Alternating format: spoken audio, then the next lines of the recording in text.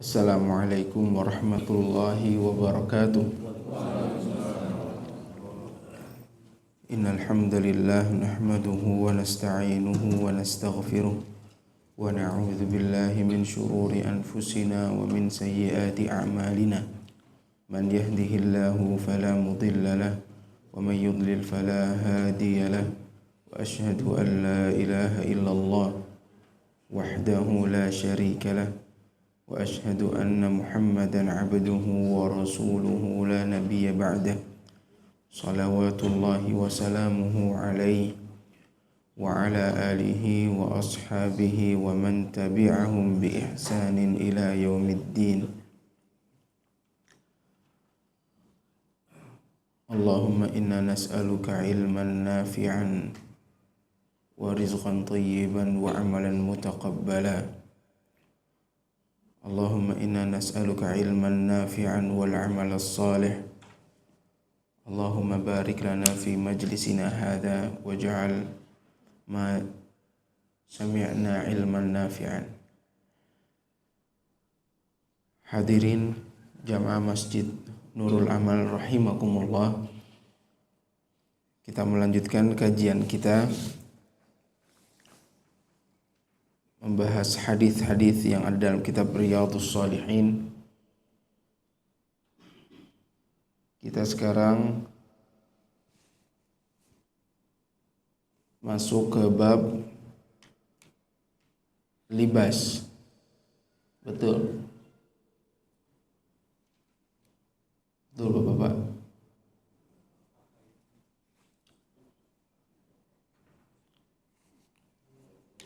Pakaian, libas. Kita kemarin terakhir membahas tentang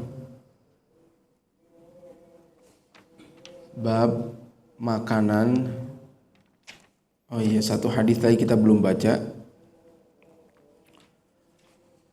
Hadis mengenai yang terakhir bab makanan, mengenai haramnya kita makan menggunakan wadah dari emas dan perak. Ya. Hadis yang terakhir dari bab makan, ya, bab ke-115 itu hadis yang terakhir kita belum baca, yaitu hadis tentang haramnya menggunakan piring atau gelas dari emas dan perak.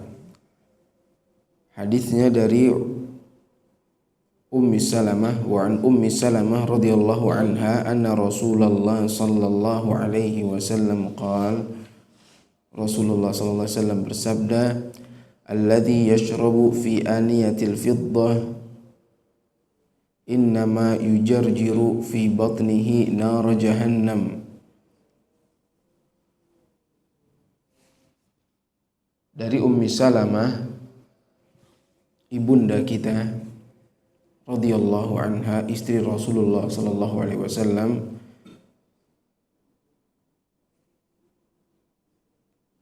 Rasulullah sallallahu alaihi wasallam bersabda, yang minum dari gelas yang terbuat dari perak, sesungguhnya dia sedang mengisi perutnya dengan neraka jahanam. Muttafaqun alaih. Hadis riwayat Bukhari dan Muslim. Wa fi riwayati Muslim, dan dari riwayat Muslim, innal ladzi ya'kulu aw yashrabu fi aniyatil fiddah wa dhahab. Dalam riwayat Muslim, sesungguhnya yang minum dari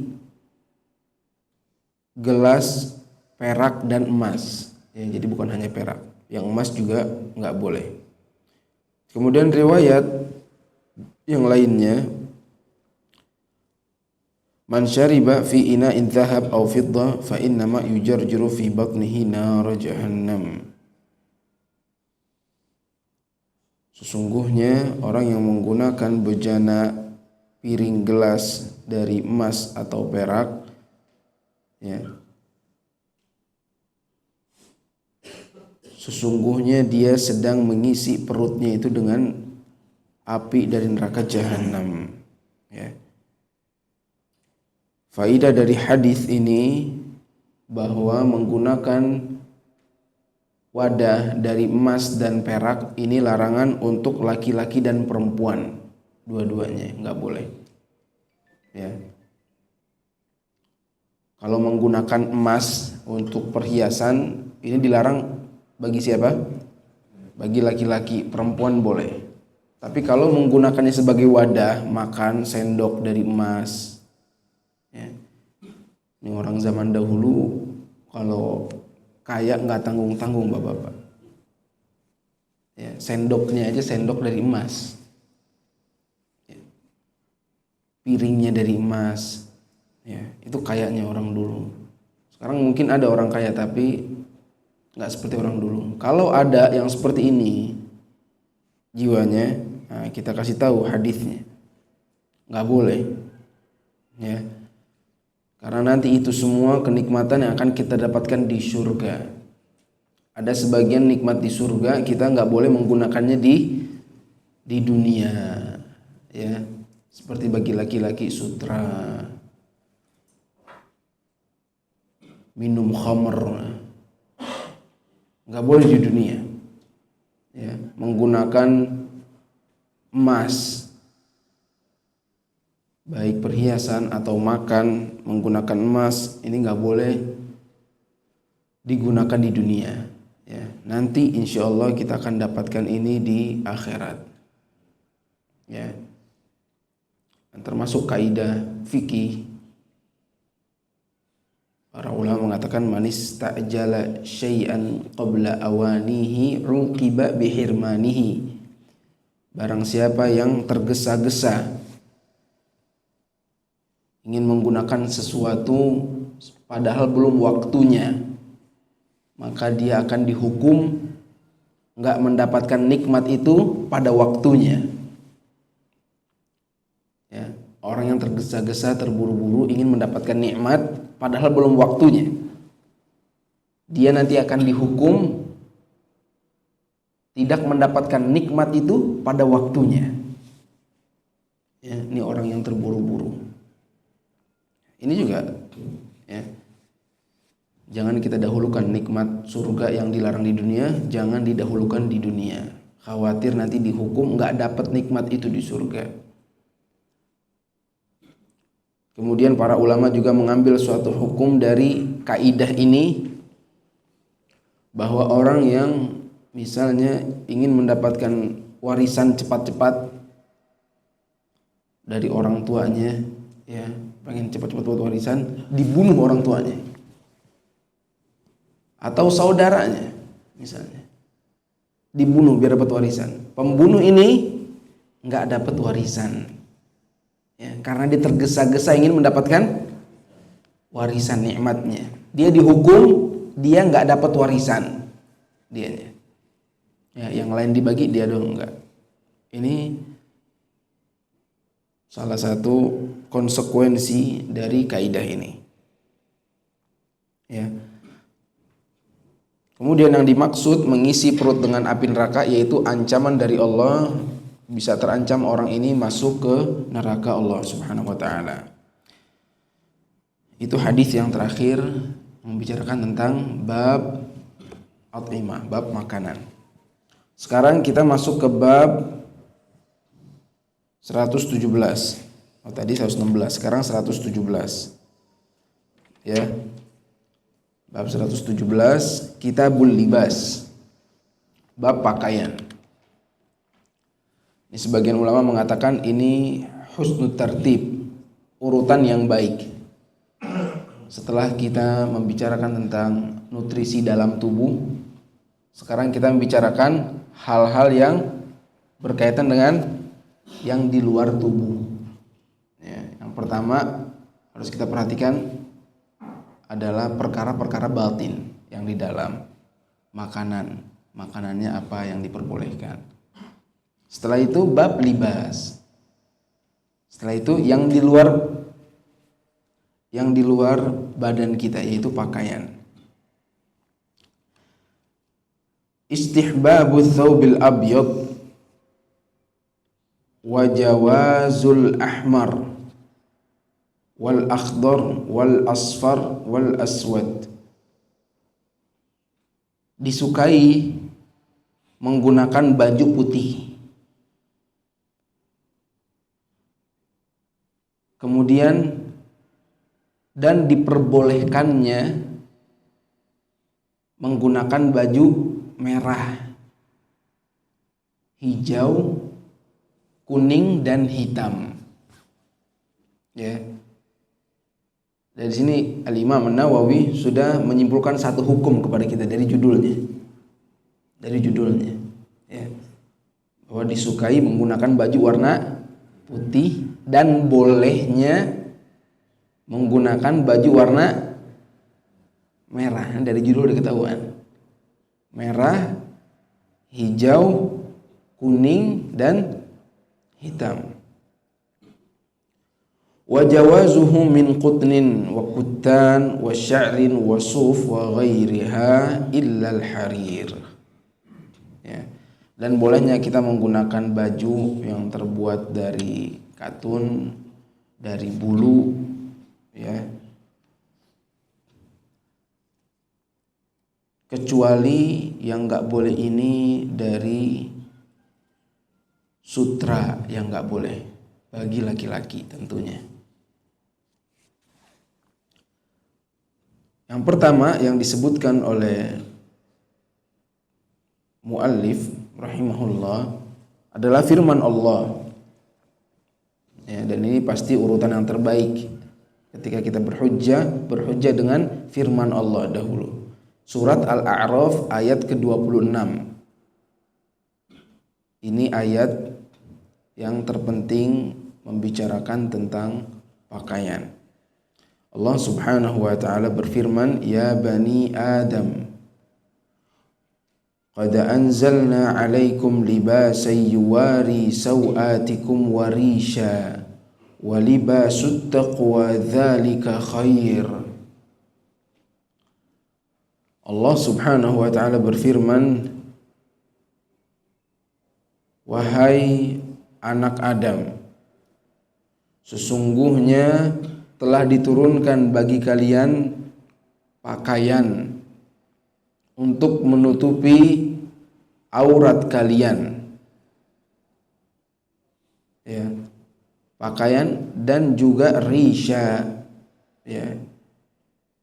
Risha ini seperti bulu, pakaian terbuat dari bulu. Walibasut taqwa dzalika khair, dan pakaian ketakwaan itu adalah sebuah kebaikan. Ya. Dari ayat ini kita mengetahui bahwa Allah memerintahkan kita diturunkannya pakaian, ya tumbuh-tumbuhan untuk digunakan untuk menutup aurat. Ini ayat ini. Ya. Ayat yang mewajibkan kita menutup aurat, ayat ini. Ya. Aurat laki-laki dari mana sampai mana? Dari pusar sampai lutut. Ya. Ini aurat secara sempurna. Tapi dalam ayat ini, ya, sawatikum, maksudnya ini dalam ayat ini sawatikum itu qubul dan dubur.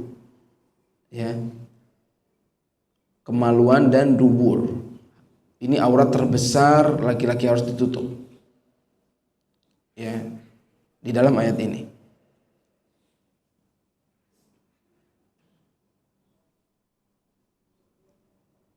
Adapun aurat laki-laki, ya,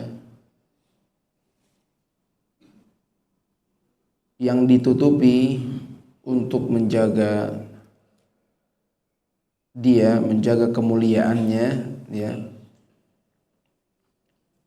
dia harus menutup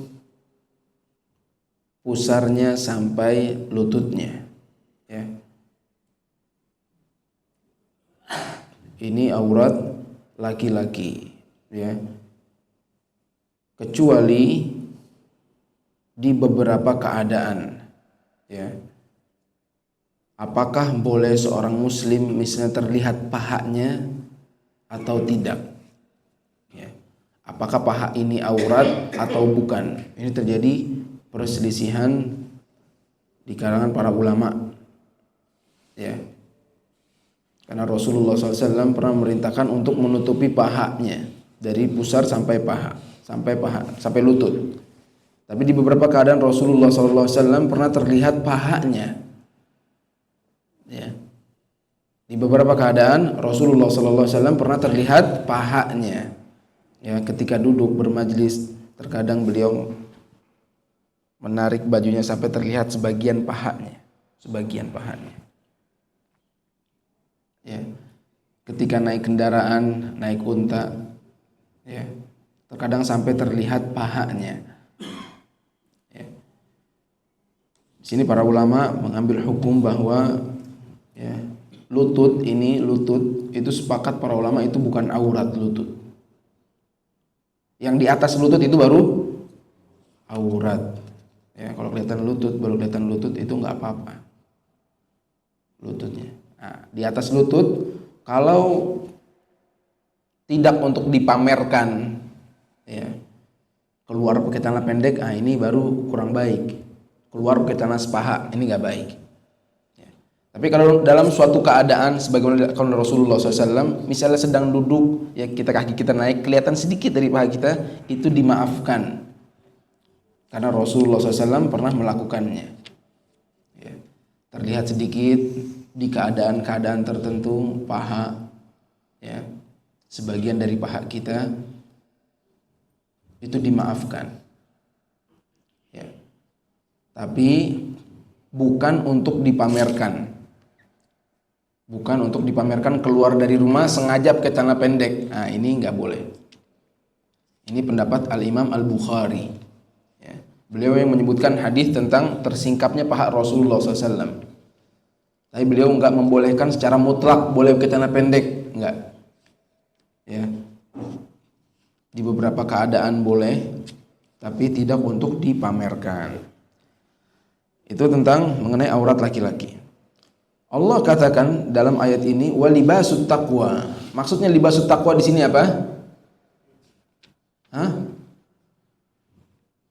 Bukan baju koko ya, tapi khasyatullah. Maksudnya takut kepada Allah. Ya. Walibasut taqwa dzalika khair. Dan kita mentamengi diri kita dengan bertakwa kepada Allah itu lebih baik. Ya, maksudnya membenahi batin itu lebih baik di dalam ayat ini. Tapi tetap kita disuruh untuk menutup aurat. Kemudian di ayat ini juga pelajaran bantahan kepada orang-orang musyrikin yang mana mereka dulu beribadah kepada Allah tawaf dalam keadaan telanjang. Orang musyrikin ya, tawafnya telanjang. Kalau laki-laki tawafnya siang-siang, kalau perempuan malam hari tawaf telanjang ya. Ini Allah turunkan ayat agar kaum muslimin enggak ikut orang-orang musyrikin. Karena orang-orang musyrikin juga ibadah tawaf di Ka'bah, tawaf mereka ya. Tapi sudah mulai banyak ngaconya, udah banyak penyelewengannya ya. Sebagian mereka ada yang masih mengikuti syariatnya Nabi Ibrahim alaihissalam, tapi mulai banyak penyelewengannya ya. Ada yang memasuki dari Bani Khuza'ah, dimasukin berhala di Ka'bah ya. Kemudian mereka beribadahnya telanjang ya, tepuk tangan ya. Ini dilarang di dalam Islam ya, kita beribadah meniru kaum musyrikin. Makanya Allah turunkan ayat ini. Nah, kemudian ayat yang kedua yang dicantumkan oleh muallif adalah firman Allah surat An-Nahl ayat ke-81. Surat An-Nahl ayat ke-81 Allah Subhanahu wa taala berfirman, "Wa ja'ala lakum sarabila taqikumul harra wa sarabila taqikum ba'sakum." Dan Allah Subhanahu wa taala menjadikan bagi kalian pakaian untuk melindungi kalian dari panas ya, dan pakaian yang melindungi kalian dari serangan musuh kalian, yaitu baju besi. Ya. Allah Subhanahu wa taala memberikan kalian pakaian untuk melindungi kalian dari panas. Para ulama mengambil faidah dari ayat ini bahwa ayat ini makkiyah. Surat An-Nahl ini makkiyah. Turunnya sebelum hijrah di Mekah. Dan di Mekah ini kalau musim dingin nggak terlalu berasa dinginnya sampai sekarang. Kalau musim dingin nggak terlalu berasa, tapi kalau panas di Mekah. Makanya Allah katakan dalam ayat ini, Allah turunkan baju untuk melindungi kalian dari panas. Karena di Mekah hanya ada panas. Musim dinginnya nggak begitu dingin, beda sama Madinah. Madinah dinginnya luar biasa, dinginnya Madinah. Cuacanya jauh lebih ekstrim dibanding Mekah. Jadi Mekah kalau memang panas, kalau dingin nggak begitu dingin. Ya, ini faedah dari ayat ini. Ini ayatnya makkiyah. Allah turunkan pakaian untuk melindungi kalian dari panas dan juga baju besi melindungi kalian dari serangan musuh kalian. Ya. Nah, itu. Kemudian kita masuk ke hadisnya. Hadis yang pertama dalam bab ini hadis dari Ibnu Abbas. Ada yang mau baca? Hah? Ada yang mau baca nggak bapak-bapak? Hadisnya? Nggak ada. Oh, ngantuk nih subuh nih.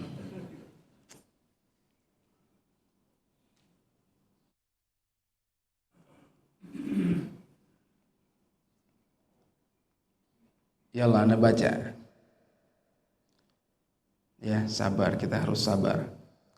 Wa an Ibnu Abbasin radhiyallahu anhuma, dari Ibnu Abbas radhiyallahu anhuma, anna Rasulullah sallallahu alaihi wasallam qala, Rasulullah sallallahu alaihi wasallam bersabda, ilbasu min thiyabikumul bayad, pakailah dari pakaian kalian yang warnanya putih. Fa innaha min khairi thiyabikum, sesungguhnya itu adalah termasuk baju kalian yang terbaik. Wa kaffinu fiha mautakum, dan kafankanlah dengannya mayat-mayat kalian, orang yang meninggal di antara kalian. Hadis riwayat Abu Dawud, Tirmidzi, dan dikatakan hadis hasan sahih. Kemudian hadis yang selanjutnya hampir sama hadisnya. Hadis dari Samurah radhiyallahu anhu, dia berkata Rasulullah SAW bersabda, ilbasul bayad, pakailah pakaian putih. Fa innaha athhar, sungguhnya pakaian putih ini lebih suci, wa atyab, dan lebih baik. Wa kafinu fiha mautakum, dan kafanilah dengannya orang yang meninggal di antara kalian. Ya, ini dua hadis yang mirip. Ya. Faidahnya yang pertama, ya, bahwa dari sini kita mengetahui kesempurnaan Islam, ya, bagaimana Allah Azza wa Jalla mengatur semuanya bagi kaum muslimin, sampai pakaian yang terbaik apa diajarkan oleh Rasulullah SAW. Pakaian yang terbaik itu pakaian putih, sunnah. Kalau kita menggunakan pakaian putih, ya, karena mengikuti perintah ini kita dapat pahala. Karena kita mengikuti perintah ini, ya, bukan karena hal lain. Karena setiap amalan innamal a'malu binniyat. Semua yang kita lakukan tergantung niatnya. Kita pakai pakaian putih karena apa? Ya. Karena yang murah baju putih harganya. Yang murah. Jadi baju saya putih semua. Dapat pahala gak? Gak dapat pahala. Ya. Saya baju putih karena Rasulullah SAW katakan baju terbaik baju putih. Nah, ini pahala. Ini pahala. Ya. Nah, kemudian Baju putih di hadis yang saya dikatakan fa'inu athhar, lebih suci, lebih bersih. Betul gak? Pakaian putih lebih putih, lebih bersih? Betul. Ya. Pakaian putih kalau kotor kelihatan, dicuci, ya, itu lebih suci dan lebih atyab dan lebih dilihatnya lebih enak orang pakai pakaian putih. Ya.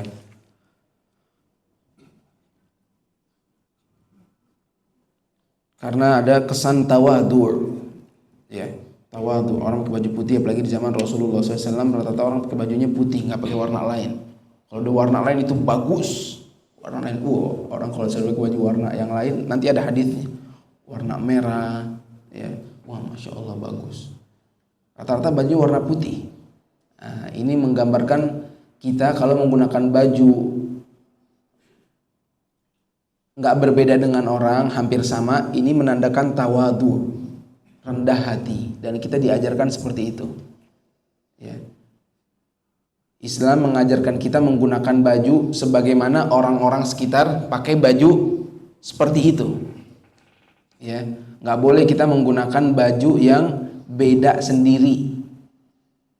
Nggak boleh. Ini salah satu pakaian yang terlarang di dalam Islam.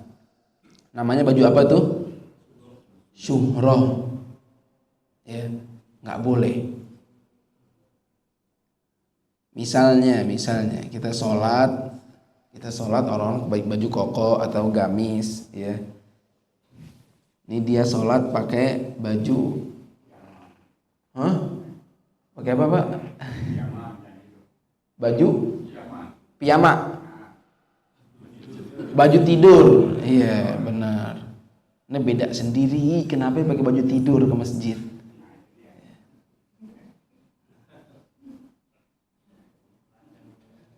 Ya. Ada lagi yang lebih mencolok, misalnya pakai baju gamis, kita gamis yang Raja Arab tuh, yang bish, tahu yang hitam. Kan orang semuanya nengok gak? Ini siapa nih? Orang semuanya bingung. Ini syuhroh namanya. Syuhroh, baju yang menarik perhatian, beda sendiri. Gak boleh pakai baju syuhroh begini. Ya, sesuaiin sama rakyat setempat. Ya. Kalau syekhnya datang, ya nggak apa-apa, dipakai begitu. Sangkain biasa. Sebagian syekh yang udah mulai mengerti, yang sering datang ke Indonesia, pakai peci begini. Pakai peci, nggak pakai baju dia, baju kebanggaan dia di Saudi nggak dipakai di sini. Syekh yang udah sering kesini udah ngerti, nggak pakai. Dia tahu takutnya syuhroh nih. Kelihatan bedanya, enggak, biasa aja. Ya. Ini pasti lebih baik dan bahaya, berdosa orang pakai baju syuhroh. Karena Rasulullah SAW manusia terbaik, paling mulia di atas muka bumi. Terkadang orang datang melihat sahabat nggak bisa bedain mana yang Nabi, mana yang sahabat. Ayyukum Muhammad. Kadang-kadang orang datang, mana di antara kalian yang namanya Muhammad? Ini orang datang dari luar negeri, Baduy, kalau ngomong belak-belakan, ayyukum Muhammad, mana Muhammad di antara kalian? Baru dikasih tahu ini Rasulullah SAW. Nggak ketahuan, sama bajunya. Itu seorang muslim. Jangan mau tampil beda, nggak boleh. Ini salah satu pakaian yang dilarang. Ya, jadi ada beberapa pakaian yang dilarang dalam Islam. Salah satunya baju syuhroh ini. Ya, baju yang menarik perhatian, nggak boleh. Kemudian baju yang dilarang juga tasyabbuh, ya. Baju spesialnya orang-orang non-muslim, ya. Tasyabbuh, mengikuti mereka. Baju khasnya. Ada gak orang-orang muslim punya baju khasnya? Ada. Baju dia ibadah yang khas. Kalau orang menggunakan ini, oh ini agama ini. Kita nggak boleh menggunakan baju itu. Ya nggak boleh. Ya.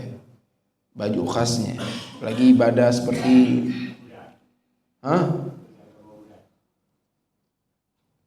iya, contohnya juga seperti Nasrani pakai baju ya ketika hari hari Natal pakai baju Sinterklas, ini nggak boleh. Nggak boleh menggunakan baju identik dengan orang non muslim khusus. Adapun baju yang dibikin sama orang kafir boleh gak dipakai? Boleh, ya. Jangan terlalu ketat juga. Ya. Ini pakaian dibuat sama orang kafir, nggak boleh dipakai, haram. Enggak. Ini kebanyakan kita, ini baju kita semua baju koko nih. Yang pakai siapa nih? Yang bikin siapa? Cina. Peci kita, peci. Orang Cina jarang pakai peci, tapi ini yang bikin siapa? Boleh gak kita pakai? Boleh. Ya. Celana jeans, yang bikin siapa? Iya, dan suka dipakai. Tapi apakah identik celana jeans? Wah, celana jeans orang kafir? Enggak. Siapapun pakai celana jeans, ya, itu bukan identik dengan orang kafir. Jadi bukan tasyabbuh. Orang yang menggunakan celana jeans misalnya Levi's, ya, bahkan dibutuhkan kadang-kadang bagi yang sering naik motor biasanya, ya, yang nyari duit pakai motor, yang Gojek, ya, tuh enak pakai celana apa? Jeans yang tebel. Jangan dikatain tasyabbuh. Enggak, galak kadang-kadang.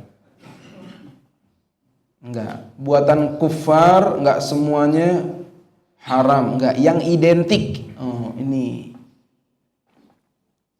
Ya, orang pakai jas hitam, topi Yahudi. Wah, ini enggak boleh. Ngapain dibarengin jas sama topi begitu? Ini enggak boleh, yang begini yang enggak boleh. Ya.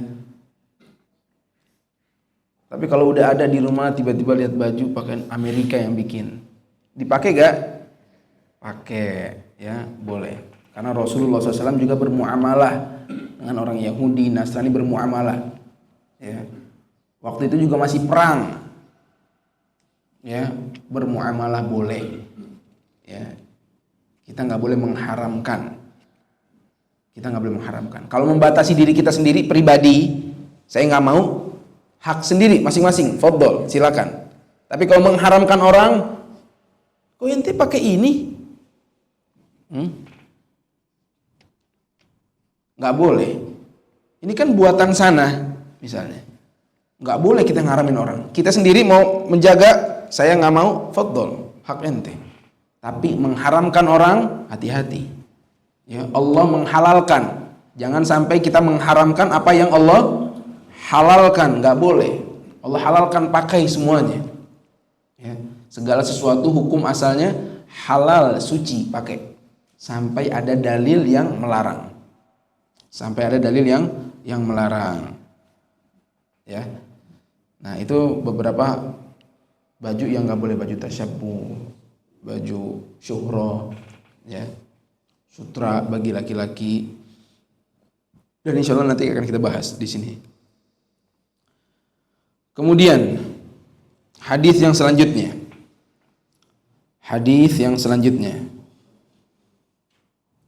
Wa 'anil Barra radhiyallahu anhu qala, dia berkata, kana Rasulullah sallallahu alaihi wasallam marbu'an.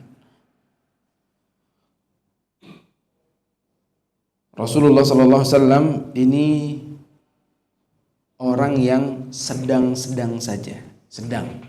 Tingginya dan pendeknya sedang. Enggak tinggi, enggak pendek. Marbu'an namanya. Walaqad ra'aituhu fi hullatin hamra, dan aku pernah melihatnya menggunakan hullah, ya. Ya, hullah ini dikatakan para ulama thauban min jinsil wahid, takunu ghaliban izar warida. Ya, hullah ini adalah baju dari satu jenis, atasan bawahan satu jenis. Ya.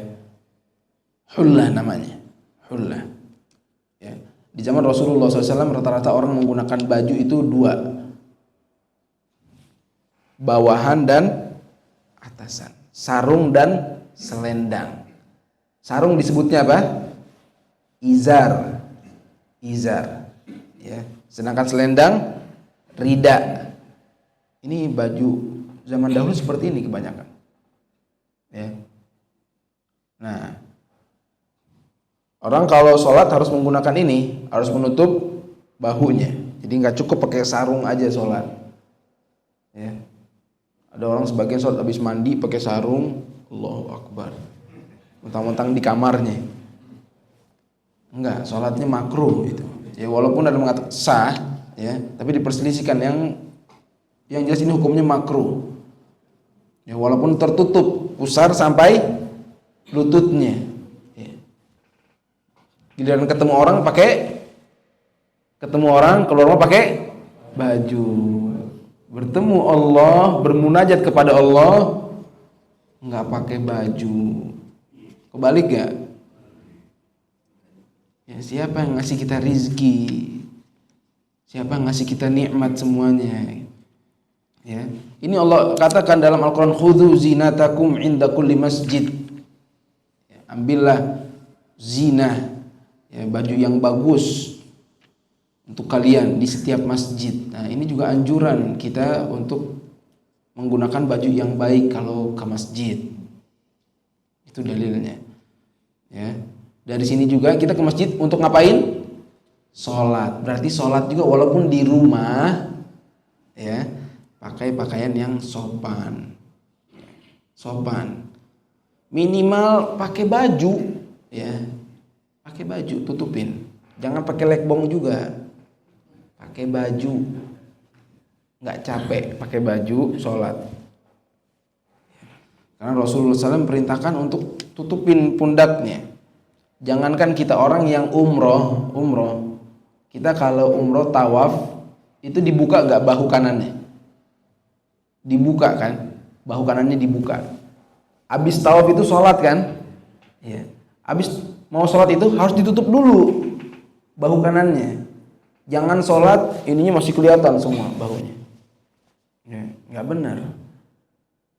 Ada orang-orang yang kurang mengerti, ya, ketika sholat masih kelihatan bahunya. Ditutup dulu, diangkat, ditutup. Memperlihatkan lengan kita yang kanan, bahu kita, ketiak kita yang kanan, ya. Itu ketika kita tawaf. Sholat ditutup. Ya, sholat baru. Apalagi kita yang di rumah. Ya. Dan di zaman Rasulullah SAW memang pakaian ini nggak gampang, bapak-bapak. Nggak gampang. Ada sahabat yang punya pakaiannya cuma satu, jadi ditutupin semua dari atas. Krebong, tahu krebong? Yang penting bahunya ketutup, semuanya ketutup. Sholat. Karena pakaiannya sangat terbatas zaman dahulu. Sekarang kan enggak. Allah sudah berikan kita nikmat, gunakan. Ya, nggak seperti zaman dahulu. Gunakan itu. Ya. Nah, ini salah satu pakaian Rasulullah hullah. Nah, ini pakaian bagus nih yang digunakan Rasulullah Sallallahu Alaihi Wasallam. Warnanya merah. Dari Yaman kalau kata Ibnu Hajar, ini baju dari Yaman. Ma ra'aitu syai'an ahsan minhu, kata Barra, aku nggak pernah melihat Rasulullah SAW indah menggunakan pakaian kecuali hari itu. Ya, sangat indah sekali. Para ulama mengatakan ini ketika haji wada. Ya, Rasulullah SAW menggunakan baju ini ketika haji wada, menggunakan baju merah ini. Ya. Makanya para ulama mengatakan, ya, menjelaskan hukum tentang menggunakan baju merah ini terjadi perselisihan. Karena di hadis, ada hadis yang sebelumnya, sebelum haji wada, Rasulullah SAW pernah melarang Ibnu Abbas menggunakan baju berwarna merah. Kemudian Rasulullah SAW ketika haji wada menggunakan baju warna merah. Terjadi perselisihan di kalangan para ulama. Ada yang menggunakan mazhab tarjih, ada yang menggunakan mazhab jama'. Ada yang merojihkan, ada yang menggabungkan. ya, yang menggabungkan salah satunya Ibnu Hajar, Ibnu Qayyim, ya, menggabungkan kedua hadis ini, ya. Jadi katanya hadis ini nggak bertentangan. Yang Rasulullah Shallallahu Alaihi Wasallam larang itu adalah merah pekat polos, nggak ada warna lain, merah bajunya, itu dilarang oleh Rasulullah SAW. Sedangkan yang digunakan oleh Rasulullah SAW, baju yang digunakan Rasulullah SAW itu masih ada garis-garis hitamnya, titik-titik hitamnya, itu boleh. Yang nggak boleh itu merah pekat polos. Nah, ini salah satu takwil dari Ibnu Hajar, ya. Yang digunakan ini bukan merah polos, tapi nggak ada dalil yang sharih, yang jelas. Rasulullah SAW menggunakan pakaian yang ada garis-garisnya. Kata sahabat merah, pokoknya hamro, merah, nggak ada garis-garisnya. Ya, nggak ada yang mengatakan secara jelas ada garis-garisnya. Nah, terjadi perselisihan. Ada lagi para ulama mengatakan ini dalil ini nasikh, menghapus, ya, larangan yang dahulu yang dilarang oleh Ibnu Abbas. Kan dalam Islam ini ada istilah nasikh dan mansukh. Sebagaimana Allah katakan dalam Al-Qur'an, "Ma nansakh min ayatin aw nunsiha na'ti bi khairin minha aw mithliha." Ya, ada dalam Islam, ya, tidaklah Allah menghapus suatu hukum kecuali Allah datangkan yang semisalnya atau yang lebih baik. Nah, sebagian ulama menggunakan mazhab tarjih, merojihkan. Ya, merojihkan yaitu ini dia menasikh, bahwa ini hadis nasikh, menghapus larangan tentang baju merah. Jadi pakai baju merah hukumnya boleh. Ini juga pendapat Imam Nawawi. Dia mengatakan dalam judulnya jawaz ahmar, boleh menggunakan baju merah. Ya. Dan pendapat yang membolehkan menggunakan baju merah secara mutlak, ya, ini banyak sekali yang berpendapat seperti ini, ya. Seperti Ali bin Abi Thalib membolehkan, Talha membolehkan, Abdullah ibnu Ja'far dan Barra, nih perawi hadis ini Barra, bolehin. Barra ngelihat langsung sahabat Rasulullah SAW, Barra bin Azib menggunakan baju merah. Wa ghairu wahid minas sahabah, dan sahabat yang lainnya, ya, nggak semuanya tapi banyak dari sahabat. Dan dari tabi'in Sa'id bin Musayyab, ini pemimpinnya tabi'in, Sa'id bin Musayyab, wa Nakhai wa Sya'bi wa Abi Qilabah wa Abi Wa'il rahimahumullah, ya. Banyak yang membolehkan kita menggunakan baju merah, walaupun sampai sekarang terjadi khilaf, ya. Ulama yang mengatakan nggak boleh menggunakan baju merah polos terang merah, nggak ada warna lain, juga ada banyak, ya. Salah satunya yang masih hidup di zaman sekarang, Syekh Shalih Ibn Fauzan Al-Fauzan. Beliau masih tetap mengambil hadis itu seperti pendapat Ibnu Hajar. Rasulullah SAW menggunakan baju yang ada garisnya, ya. Kalau yang polos masih dilarang, ya. Jadi perselisihan, ya. Tapi insya Allah yang kuat adalah pendapat yang membolehkannya. Wallahu a'lam. Kemudian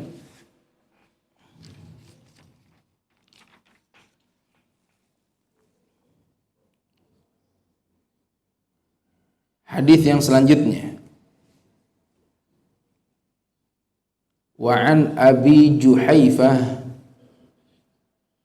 Wahb bin Abdillah qala, ya, dari Juhaifah Wahab bin Abdillah, dia berkata, ra'aitun Nabi sallallahu alaihi wasallam bi Makkah wa huwa bil Abtah fi qubbatin lahu hamra min adamin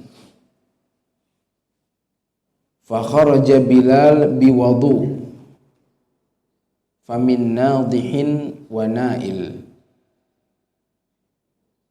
Fakharaja an-nabiy sallallahu alaihi wasallam wa alaihi hullatun hamra ka'anni anzuru ila bayadi saqaihi.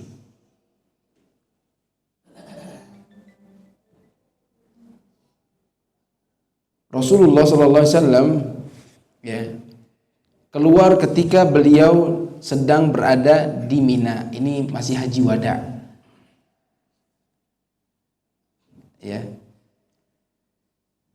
Di Abtah.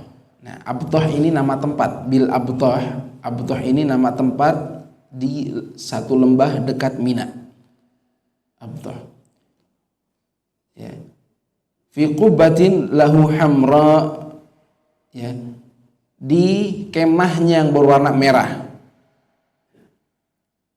Rasulullah SAW, aku melihat, kata sahabat ini, melihat Rasulullah SAW keluar dari kemahnya di Mina, keluar dari kemahnya, kemudian Bilal membawakan air wudu untuk Rasulullah SAW. Kemudian airnya ada yang tumpah-tumpahan. Sahabat ketika Rasulullah SAW mau berwudu, ada yang mengambil air wudunya Rasulullah SAW. Ada yang dapat cipratannya doang, nadih, dan ada juga yang mendapat air yang lumayan banyak buat diusap ke badannya, dan nail. Di sini para ulama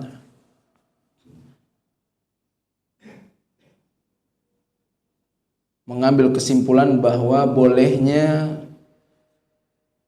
orang mengambil berkah dari bekas wudunya Rasulullah Shallallahu Alaihi Wasallam, tabarruk dengan bekas wudunya Rasulullah Shallallahu Alaihi Wasallam. Tapi ini hanya berlaku bagi siapa? Bagi Rasulullah Shallallahu Alaihi Wasallam. Yang air wudunya, bekas wudunya, ludahnya berkah, itu siapa? Hanya Rasulullah SAW. Keringatnya berkah, itu hanya Rasulullah SAW. Rambutnya itu hanya satu manusia. Yang berkah fisiknya hanya satu manusia, hanya Rasulullah SAW. Setelah beliau, siapa manusia terbaik setelah beliau? Abu Bakar As-Siddiq, Umar ibn Khattab, Uthman ibn Affan, Ali bin Abi Thalib. Manusia terbaik setelah Rasulullah SAW. Adakah sahabat yang ngambil bekas wudhu mereka? Ada gak? Gak ada. Ini manusia terbaik setelah para nabi dan rasul. Gak ada ngambil bekas wudhu mereka.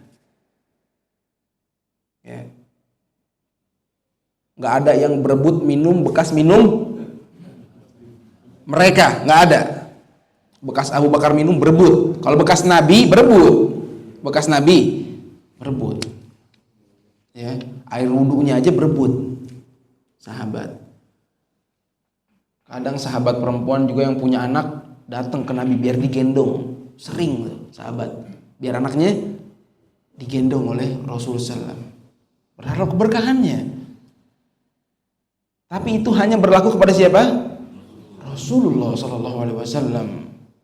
Setelahnya ini manusia-manusia terbaik, langsung dijamin masuk surga. Langsung dari Abu Bakar As-Siddiq. Yang dari Ahlul Bait juga ada, Ali bin Abi Thalib min Bani Hashim, juga direkomendasi masuk surga. Ada gak sahabat yang minta ke Ali berebut air wudhunya? Nggak ada. Itu orang-orang yang terbaik zaman dulu, yang paling mengerti agama, murid langsung Rasulullah SAW, paling mengerti, paling cinta kepada Rasulullah SAW. Mereka hanya mengambil berkah dari fisik, itu cuma ke satu orang saja. Rasulullah SAW wafat, udah selesai. Dia nggak ngambil lagi kepada orang lain.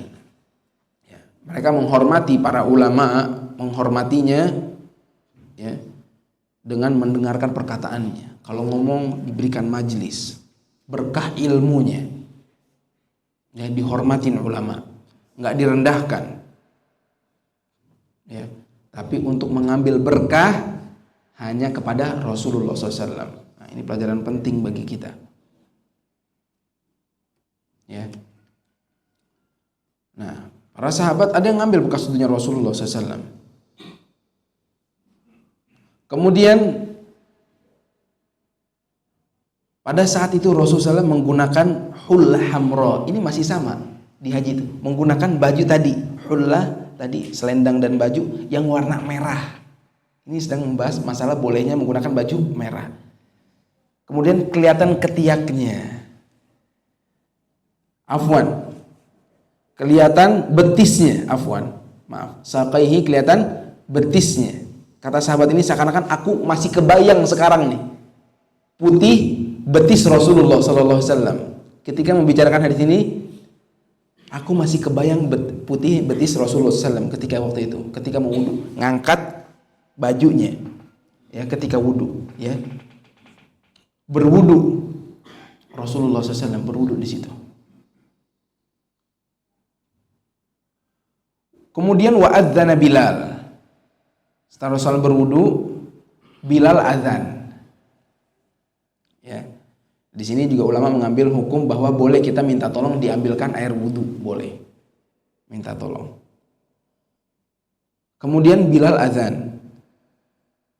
Faja'altu atatabba'u fahu hahuna wa hahuna wa yaqul yaminan wa shimalan hayya 'alas shalah hayya 'alal falah.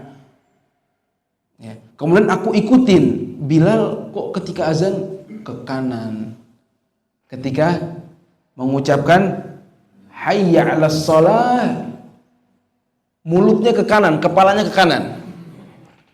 Kemudian hayya 'alal falah, kepalanya ke kiri. Ya. Nah, dari sini kita mengambil faidah sunnah. Ini di hadapan Rasulullah SAW langsung azannya. Ya. Kita azan menoleh ketika mengucapkan hayya 'alas shalah, menoleh ke kanan. Ya 'alas shalah. Ya. Dengan catatan kita menoleh hanya dengan kepala saja. Lihat hadisnya. Ya. Atatabba' fahu. Cuman menoleh ke kanan. Ya, bukan badannya ke kanan. Tapi kepalanya menoleh ke kanan. Ya. Tapi harus menyesuaikan juga. Karena sekarang kita azan pakai mic kan. Ini mic-nya misalnya kurang bagus. Kalau kita nengok mati kadang-kadang. Mic nggak bagus, kadang-kadang mic-nya nggak bagus. Kalau begitu jangan nengok, jangan maksain. Ini di zaman Rasulullah nggak pakai mic. Ya, Bilal mau azan dan ngasih tahu semuanya. Ya, kita boleh praktekkan sunnah ini boleh. Kalau mic-nya bagus, kalau kita nengok suaranya nggak hilang. Kalau suara hilang jangan nengok. Udah, hayya 'alas shalah, lurus aja dulu, lurus. Ya. Perhatikan. Kita lihat keadaan juga. Ya, jangan sampai, karena azan itu gunanya untuk apa? Memanggil yang jauh. Hayya 'alas shalah, hilang suaranya karena nengok kejauhan. Jangan. Ya. Jangan, kita kalau ngelihat tuh kita pegang badannya, jangan nengok, udah sini aja kepala ya pegang.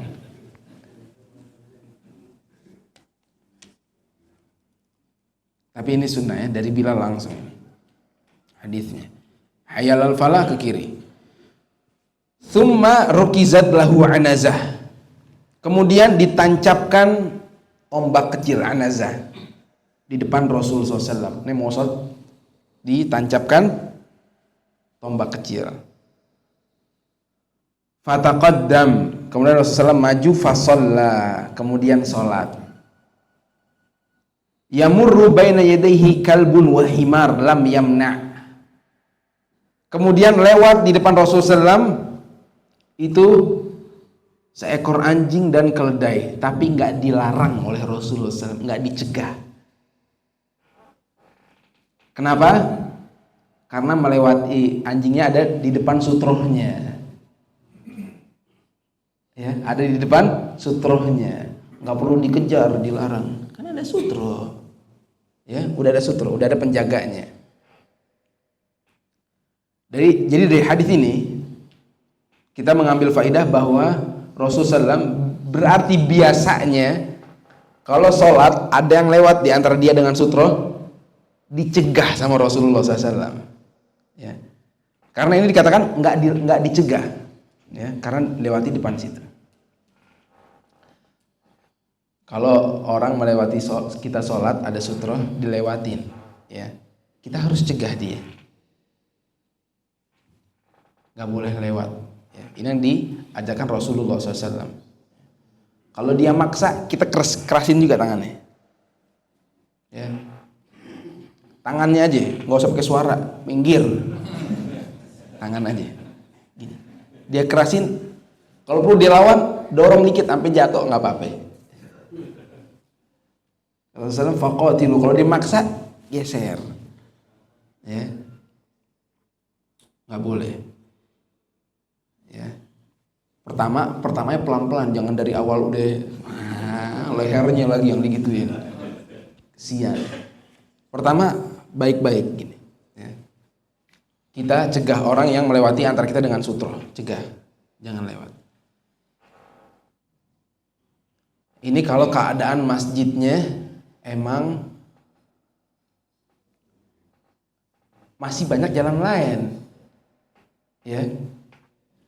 Tapi kalau full, biarin lewat. Perhatikan. Full. Susah.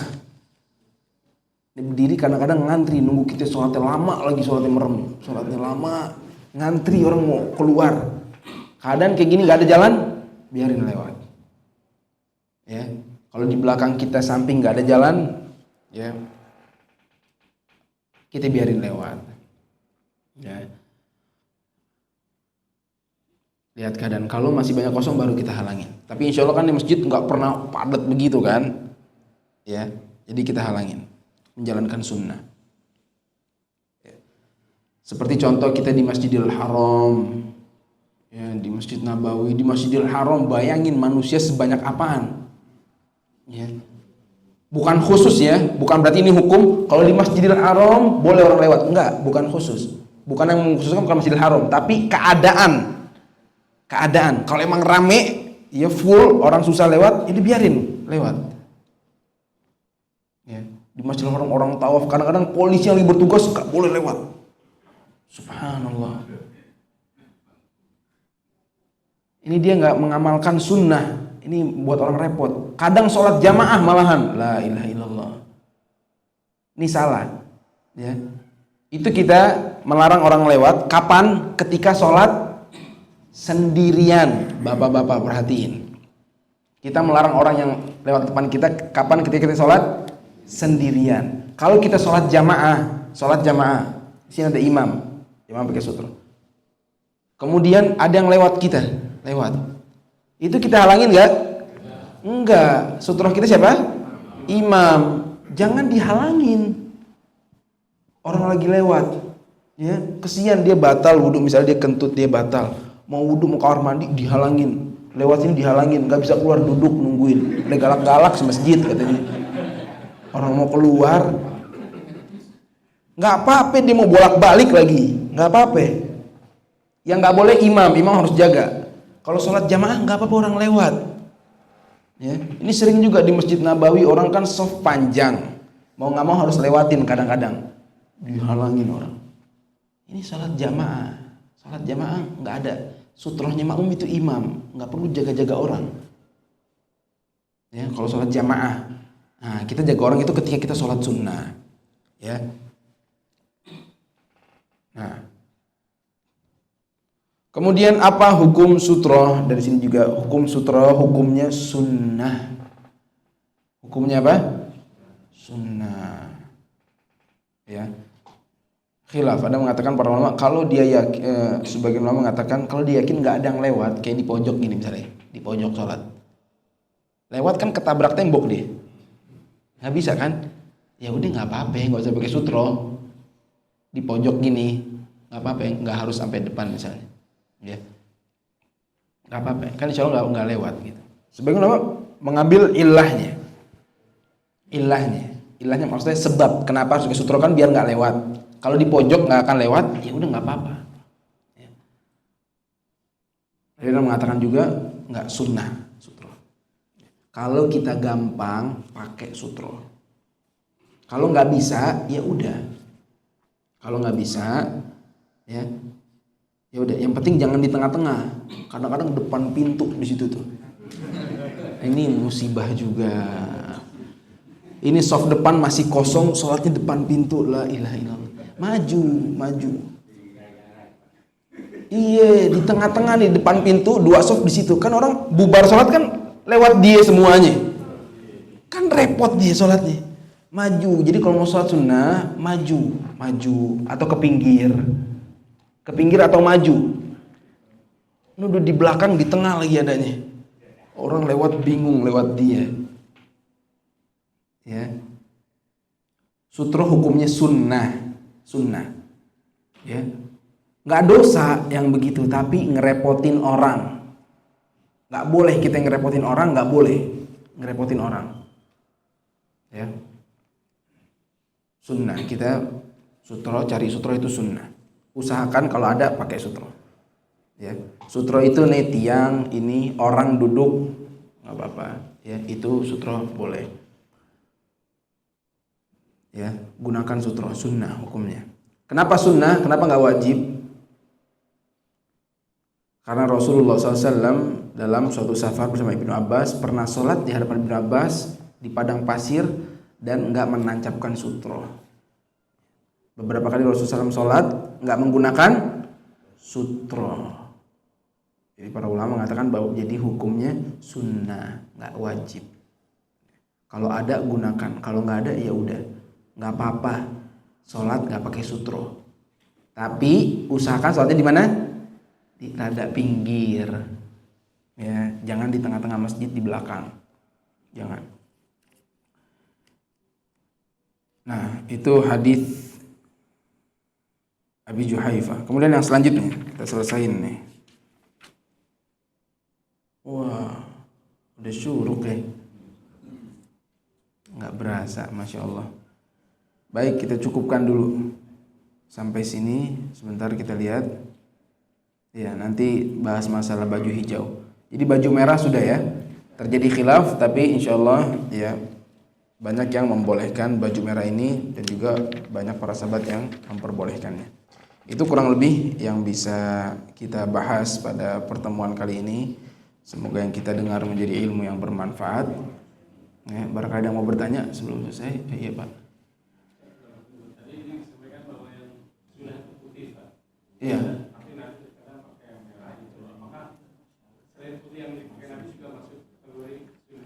Enggak.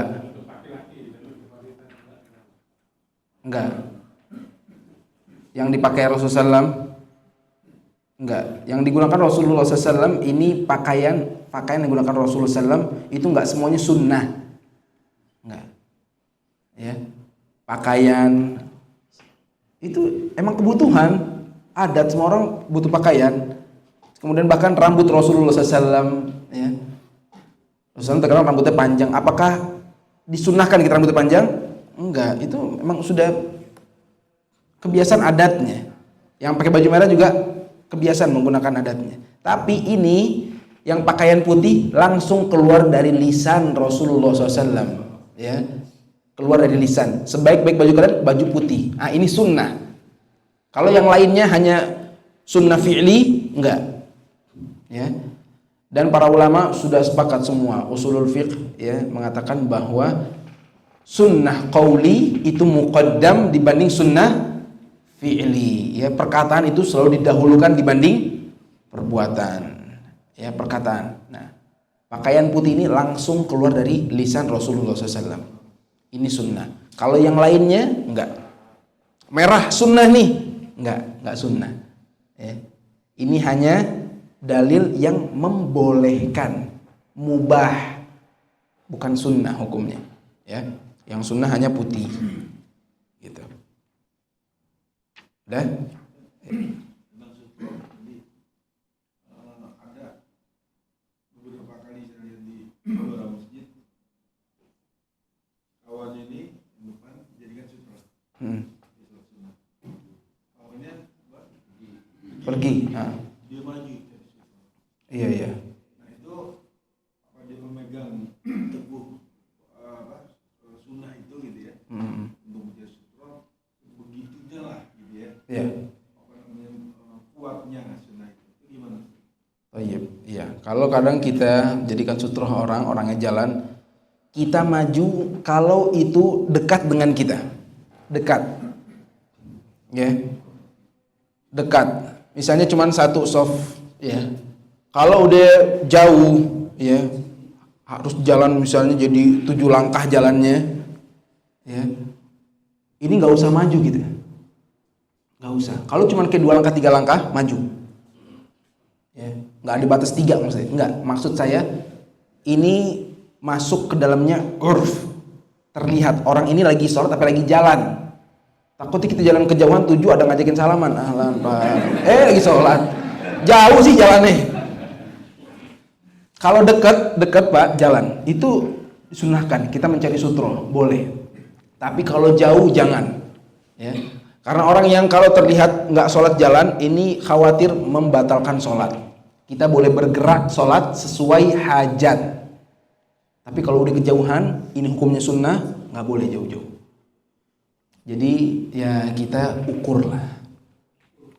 Kita ukur, kalau masih 2-3 langkah kita maju. Tapi kalau jauh nggak usah maju, udah diem. Ya, kita ukur. Ya. Karena Rasulullah SAW kalau kayak 2-3 langkah pernah melakukannya. Tapi kalau jauh nggak pernah. Rasulullah SAW pernah buka pintu sholat, pernah deket pintunya. Nggak sholat di sini buka pintu, nggak jauh. Kalau deket dibuka pintu. Ya. Ada hajat minggir, ketika sholat minggir. Rasulullah sedang sholat, Jibril ngasih tahu, ya, sendalnya najis, dibuka. Pergerakannya yang diriwayatkan kepada kita Rasulullah, pergerakannya singkat semua. Paham Bapak-bapak? Pergerakan itu singkat yang dibolehkan dalam Islam. Ya. Kita boleh nengok, boleh. Singkat ya, nengok. Boleh misalnya ke kanan, ke kiri misalnya. Ya. Misalnya imam salah, yang belakang imam nggak ngebenerin. Kita nengok lihat. Nih orang kenapa nggak ngebenerin imam? Nggak hafal juga. Kita nengok. Oh nggak hafal, baru kita ya kasih tau imam. Boleh. Hajat boleh. Ya, kalau hajat sekali-sekali boleh. Ya. Nah, kalau yang banyak nggak boleh. Nah, begitu juga ngejar sutro. Kalau sedikit boleh, tapi kalau banyak jangan. Ya, kalau banyak jangan. Ya, itu wallahu a'lam. Cukup, insyaallah cukup. Kita tutup dengan doa kafaratul majlis. Subhanakallahumma bihamdik, asyhadu an la ilaha illa anta, astaghfiruka wa atubu ilaik. Assalamualaikum warahmatullahi wabarakatuh.